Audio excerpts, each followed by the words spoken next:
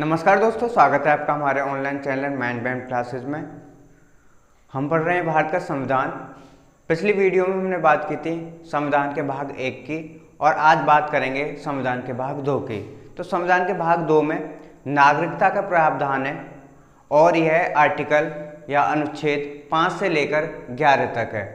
तो जो भारत की नागरिकता होगी या भारत में रहने वाले जो लोगों की नागरिकता होगी वो कैसी नागरिकता होगी, तो भारत में रहने वाले या भारत के किसी भी राज्य क्षेत्र में रहने वाले भारतीय लोगों की नागरिकता एकल नागरिकता होगी। ब्रिटेन के संविधान से लिया गया है कि जो ब्रिटेन की नागरिकता है वो एकल नागरिकता है, ऐसे ही भारत की भी नागरिकता एकल नागरिकता होगी। एकल नागरिकता से अभिप्राय है कि भारत में रहने वाले सभी लोग, चाहे वो किसी राज्य में रह रहे हों, चाहे वो किसी यूटी में रह रहे हों, यूनियन टेरिटरीज यानी संघ शासित प्रदेश में रह रहे हों, सभी के लिए नागरिकता एक ही है, वो भी भारत की। वहीं हम अमेरिका के संविधान की बात करें तो अमेरिका के संविधान में दोहरी नागरिकता है। पहले राज्य की नागरिकता, उसके बाद में सेंट्रल की नागरिकता, मतलब देश की नागरिकता। हमारे संविधान में पहले जम्मू कश्मीर में यह प्रावधान था कि पहले जम्मू कश्मीर की नागरिकता थी और फिर उसके बाद में भारत की नागरिकता थी। लेकिन जब से जम्मू कश्मीर को यूनियन टेरिटरीज बना दिया गया है, तब से ये सारी व्यवस्थाएं समाप्त हो चुकी हैं। तो भारत के किसी भी संघ शासित प्रदेश या राज्य में रहने वाले सभी व्यक्तियों की जो नागरिकता मानी जाएगी वो एकल नागरिकता के तौर पर मानी जाएगी और भारत के ही नागरिक माने जाएंगे। बात करें नागरिकता से संबंधित अनुच्छेदों की, तो अनुच्छेद 5 क्या बताता है? अनुच्छेद 5 बताता है कि संविधान निर्माण के समय नागरिकता के प्रावधान, कि जब संविधान बनकर तैयार हो गया था उस समय नागरिकता के क्या प्रावधान थे।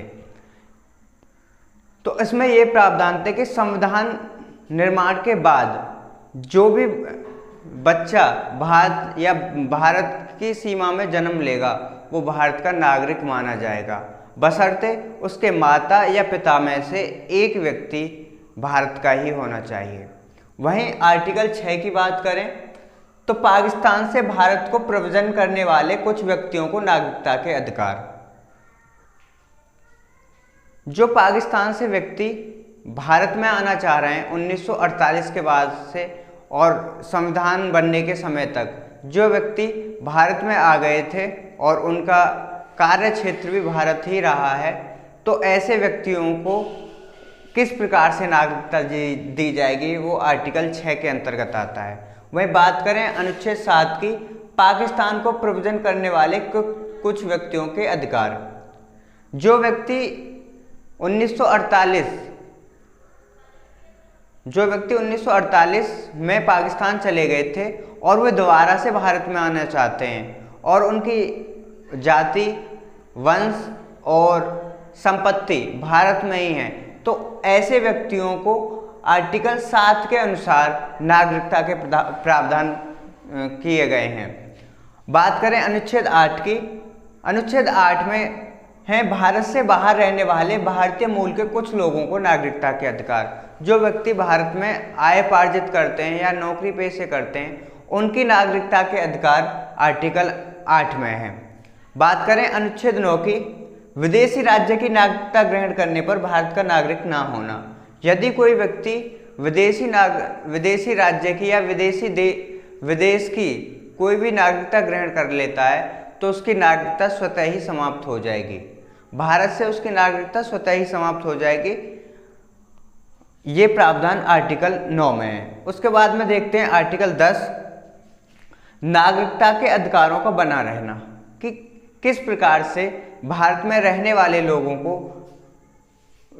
के नागरिकता के अधिकार बने रह सकते हैं। आर्टिकल 10 कहता है, अगला है अनुच्छेद 11, संसद द्वारा नागरिकता के अधिकारों का विधि द्वारा विनियमन किया जाना। अगर कोई भी कानून बनाना है तो संसद ही नागरिकता के विषय पर कानून बना सकती है। नागरिकता संशोधन एक्ट 1955 लाया गया और उसी के आधार पर नागरिकता के प्रावधान किए गए। उसके बाद में इसमें अभी तक कई प्रकार से संशोधन किया जा चुका है 1955 के बाद में। नागरिकता अधिनियम 1955 के बाद में 1986 में, 1992 में, 2003, 2005, 2015 और 2019 में संशोधन हुआ है। नागरिकता संशोधन अधिनियम 2019 की बात करें, जो कि परीक्षा की दृष्टि से बहुत ही महत्वपूर्ण है।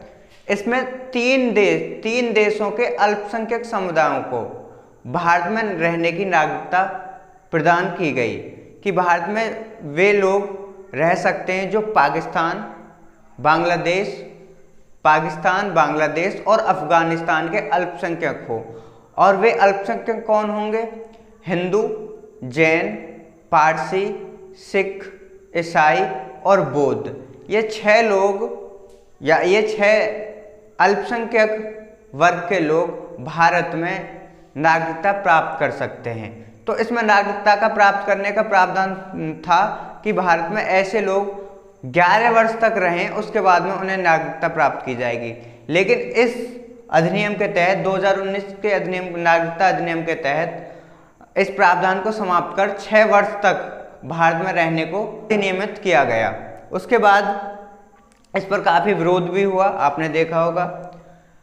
अब देखते हैं नागरिकता का अर्जन। नागरिकता कैसे प्राप्त की जा सकती है? तो नागरिकता जन्म से, यदि कोई व्यक्ति भारत में जन्मा हो और उसके माता या पिता में से एक भारत का रहने वाला हो। दूसरा है वंश के आधार पर।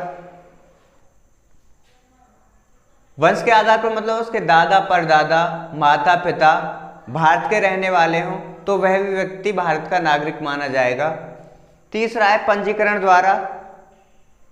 कोई व्यक्ति 7 वर्ष या इससे अधिक भारत में रह रहा है तो वह व्यक्ति पंजीकरण देकर भारत की नागरिकता प्राप्त कर सकता है।